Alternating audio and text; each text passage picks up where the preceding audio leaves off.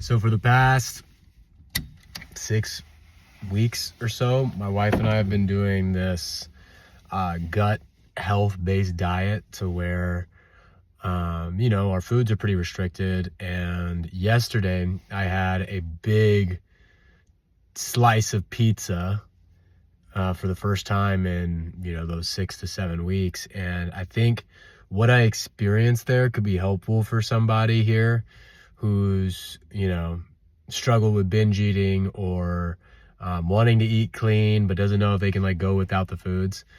Um, you know, so essentially over the past 6 weeks, we've been eating nothing but meat, fruit, and vegetables. And it's built a phenomenal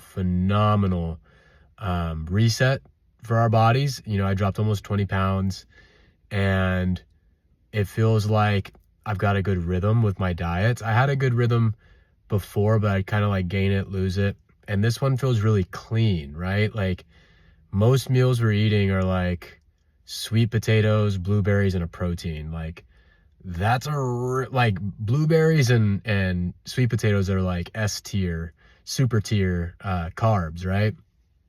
We'll have some other fruits, some orange juice, vegetables from time to time, and just feel really good. Like my body feels great. My poops are the best they've ever been. In fact, looking at this, like my skin looks clearer. I feel good. I'm lighter, faster.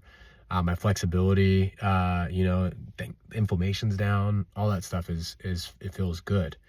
But yesterday I had I was hanging out with some friends of mine, other personal trainers and business owners, and we had a little mastermind. And afterwards, before we went back to clients, it's like, hey, we got like 45 minutes. Do you just want to go grab a slice of pizza?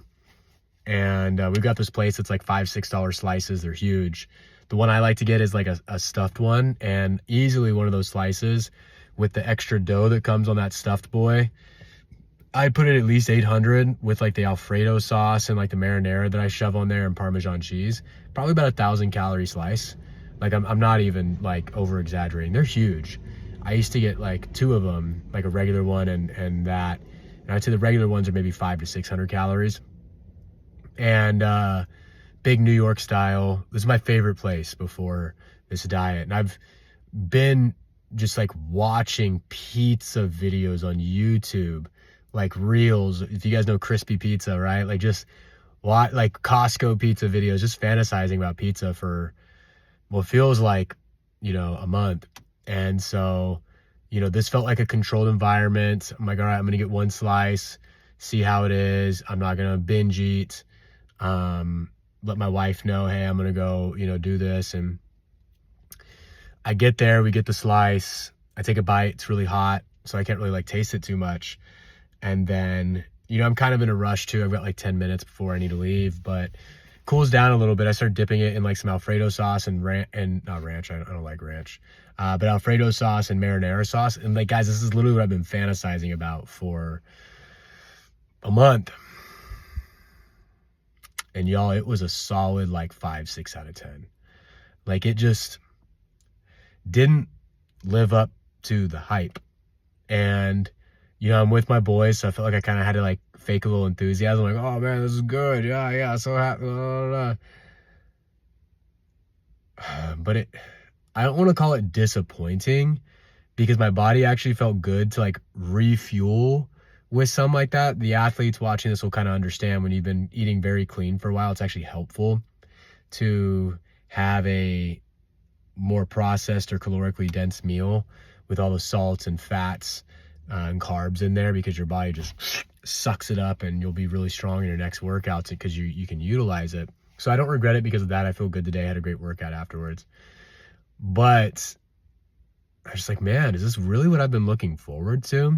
And I'm sharing this because I think this is going to be really helpful for somebody. Like I know there's someone who's like, man, I'm tired of wanting to eat really clean and letting this thought of like wanting to have balance and eat all my favorite foods, like holding me back. And, part of our plan was to reintroduce these foods. And I'm thankful that, I'm taking the reintroduction slow. I just did one slice instead of a whole pizza. But now that I'm back, it's like, I'd rather just eat my blueberries, sweet potatoes, and steak or ground beef or chicken at the house. Like, it's just been I feel really good with that. I'm actually spending less money on that, and everything else is just locked in. And now it's like, I really would only want to have like something quote unquote unhealthy if it's really stinking good, like homemade deliciousness, and it's kind of like killing it. We reintroduced sweet potatoes last week, and it reminded me of the same thing there. Like, it was surprisingly uneventful to reintroduce sweet potatoes. And I think that's how it kind of should be. We put too much like joy, not joy, because joy is a good thing. That's a fruit of the spirit. But we put too much like pressure on food to be amazing and like the highlight of our day.